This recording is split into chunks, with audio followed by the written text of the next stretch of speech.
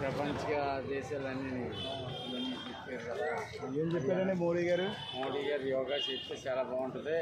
70 సంవత్సరాల నుంచి 40 సంవత్సరాల వయసులో ఉన్న ఎక్కువగా యవనం వస్తుంది, యోగా చేయండి, బొడ్డు చుట్టూ ఉన్న కొవ్వు కలుగుతుందని చెప్పారండి.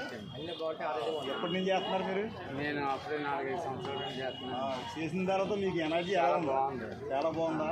మీరు ప్రతిదీ కూడా 10 మందికి ఫార్వర్డ్ చేస్తే మీకులాంటి 70-80 వయసులో వాళ్ళు 40కి వచ్చేలాగా వాళ్ళు ప్రతి ఒక్కరు కూడా యోగా చేస్తారు.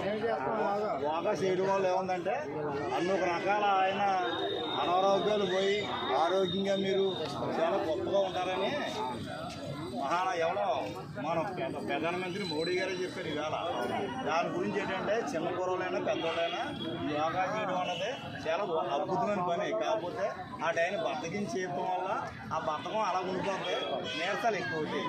ప్రతి ఒక్కరూ తెలుసుకోవాల్సింది ఏంటంటే ఒక తిండి కంట్రోల్లో కానీ ఒక యోగా చేయడం కానీ అన్నీ టైం మెయింటైన్ చేసినోడు 90 ఏళ్ళు 110 ఏళ్ళు 100 సంవత్సరాలు బతకడానికి చక్కటి అవకాశం ఉంది.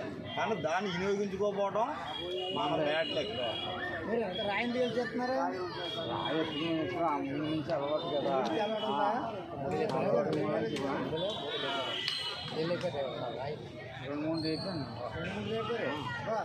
ఇప్పుడు ఈ వయసులో ఇలా చెప్పారంటే ఆ వయసులో మీరు అప్పుడు మంచి ఆనెస్టిక్ ఉండేవారా? అంటే మీరు మంచి ఏ అలవాట్లో మంచి కత్తిలో ఉండేవారు. అవ్వాలి ఇప్పుడు కూడా బాగానే ఉందండి. మరి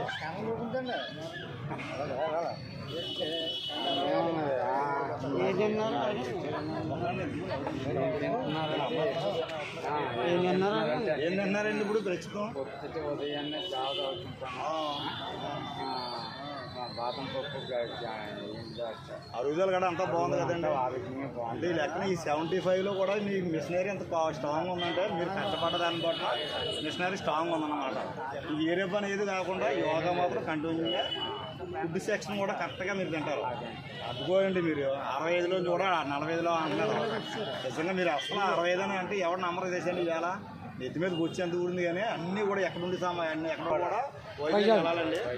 వైజాగ్ వెళ్ళడం వల్ల ఏముందంటే మనం తెలియని విషయాలు కూడా అన్ని రాష్ట్రాల వాళ్ళు అక్కడికి వస్తారో మనం తెలుసుకోవడం బట్టి ఏముందంటే మనం 10 మందికి చెప్పడం వల్ల మనకేం నష్టమే రాదు. కానీ కొంతమంది ఆలోచిస్తే వాళ్ళ ఆరోగ్యం బాగుంటుంది. ప్రధానమంత్రి గారు పెట్టిన ఆ సిస్టమ్ అంతా అర్థం చేసుకుంటే మన లైఫ్లో కూడా ముందు రావడానికి చక్కటి అవకాశం ఉంది. దీనికోసం మీరు కూడా వెళ్తా ఈ చుట్టుపక్కల ఉన్న ఒక 5 రాజులు తీసుకెళ్ళడం కూడా మీకు గొప్ప సంకల్పం.